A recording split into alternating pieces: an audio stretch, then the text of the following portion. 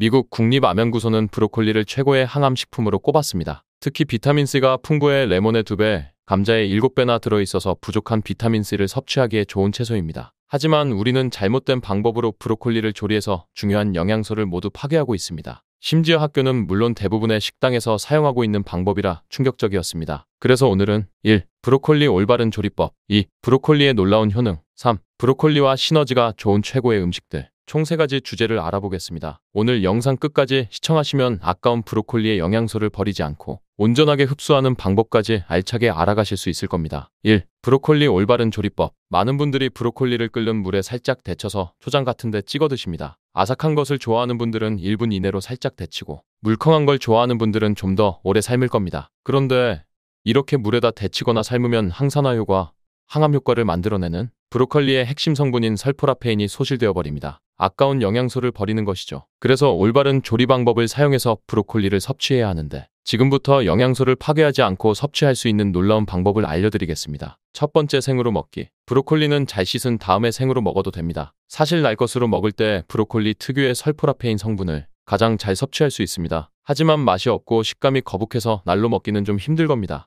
그래서 익혀 먹게 되는 것이죠. 하지만 지금부터 소개드릴 방법을 사용하시면 적어도 지금까지 사용하던 방법보단 90% 이상 더 좋은 방법을 알게 되실 겁니다. 두 번째, 삶지 말고 찌자. 충남대 이기택 교수팀이 동아시아 식생활학회지에 발표한 논문에 따르면 브로콜리를 끓는 물에 넣고 1분이 지나면 설포라페인이 없어진다고 합니다. 그러나 스팀으로 가열하면 1분 경과했을 때 설포라페인이 90% 정도 유지되었다고 합니다. 하지만 3분 정도 가열하면 설포라페인이 10분의 1 이하로 줄고 10분을 가열하면 설포라페인이 사라졌다고 합니다. 그러므로 브로콜리는 물에 담가서 데치는 것보다는 찜기에다 올려서 스팀으로 찌는 것이 좋고 또 찌더라도 1분 정도만 찌고 3분은 넘기지 않는 것이 좋겠습니다. 세 번째, 꼭 쪄서 먹어야 하나? 아니요, 그렇지는 않습니다. 브로콜리의 중요한 성분이 설포라페인인 것은 맞지만 그게 브로콜리의 전부는 아닙니다. 설포라페인은 브로콜리에 들어있는 것 중 한 가지일 뿐이죠. 브로콜리 안에는 가열하거나 끓여도 사라지지 않는 다른 영양소들도 많이 들어있습니다. 따라서 꼭 쪄서 먹을 필요는 없습니다. 브로콜리를 다양한 방식으로 먹으면 되죠.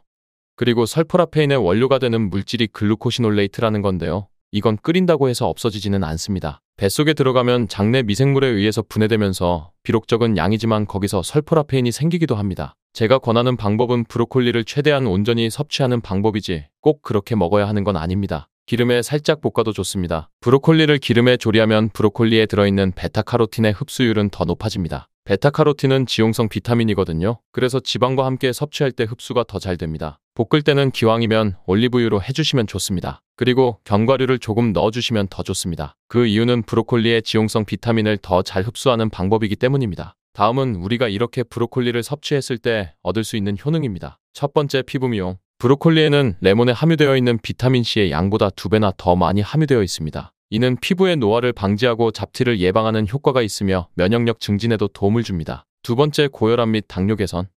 브로콜리에 있는 풍부한 수용성 식이섬유는 체내 나쁜 콜레스테롤 수치를 낮춰주고 고혈압을 예방해줍니다. 고혈압 증상이 있는 사람이 꾸준히 브로콜리를 먹는다면 혈압을 조절하는 데 도움을 받을 수 있습니다. 당뇨 환자의 혈당 조절에 효과적인 설포라판도 함유되어 있는데 스웨덴 당뇨센터의 연구팀이 실험용 쥐를 대상으로 4주간 브로콜리 농축액을 먹인 결과 혈당 수치가 약 23% 정도 떨어져 당뇨약과 비슷한 효과를 보여줬다고 합니다. 세 번째, 암 예방. 미국 국립암연구소가 선정한 10대 암 예방 식품 중 하나인 브로콜리는 말기 유방암 세포의 성장을 차단할 뿐만 아니라 초기 암 종양 억제에도 효과적입니다. 이는 브로콜리에 함유된 설포라판 때문인데 각종 연구에 따르면 이 성분이 백혈병 세포 수치를 크게 감소시켜주고 전립선암, 폐암, 위암, 대장암 등의 발병률을 낮춰준다고 합니다. 네 번째, 위장 보호. 브로콜리는 양배추보다 많은 비타민유를 함유하여 위염과 위궤양에 좋으며 식이섬유와 무기질이 풍부해 생리적 배설을 원활하게 하고 위장 기능을 활성화하는 데 도움을 줍니다. 다섯 번째, 면역력 증강. 비타민 A는 피부나 점막의 저항력을 강화하고 감기나 세균의 감염을 예방하는 효과가 있습니다. 특히 브로콜리의 새싹에는 비타민 A의 전구물체인 베타카로틴이 다량 함유되어 있어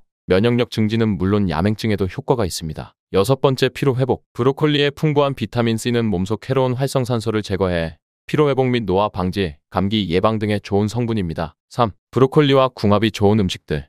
이번엔 브로콜리와 같이 먹으면 시너지가 좋은 음식들을 알아보겠습니다. 첫 번째, 양파. 항암식품으로 잘 알려져 있는 브로콜리는 바이러스의 저항력이 높아 감기 예방에도 효과적입니다.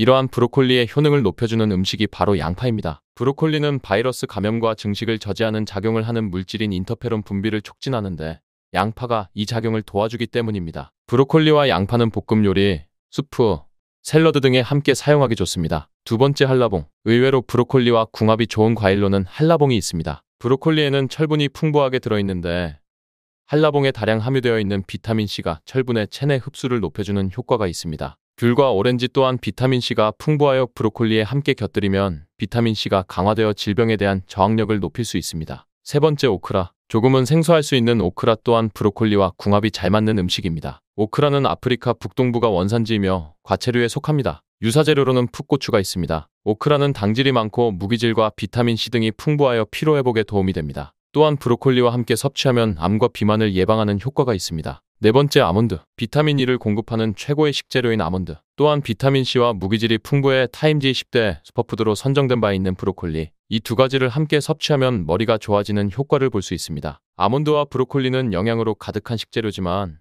함께 요리하면 가볍게 즐기기 좋습니다. 다섯 번째 멜론. 브로콜리는 눈의 피로를 풀어주는 데 좋은 비타민 A가 풍부하기 때문에 눈 건강에 도움이 됩니다. 이때 칼륨이 다량 함유되어 있는 멜론을 함께 섭취하면 멜론의 칼륨이 혈압을 낮춰주어 눈의 피로를 덜어주는데 더욱 효과적입니다. 평소 눈의 피로가 누적되기 쉬운 현대인들에게 안성맞춤이니 건강 간식으로 즐겨보는 것도 좋습니다. 여섯 번째 소고기. 소고기에는 철분이 많이 함유되어 있습니다. 그래서 아이부터 어른까지 남녀노소 누구에게나 좋은 음식입니다. 이런 소고기의 영양 흡수를 극대화하기 위해서는 비타민C를 풍부하게 갖고 있는 브로콜리를 함께 먹으면 철분의 흡수를 도와주기 때문에 좋은 영향을 받을 수 있습니다. 지금까지 브로콜리에 대한 건강 정보를 알아보았습니다. 오늘도 저와 함께 해주셔서 감사합니다.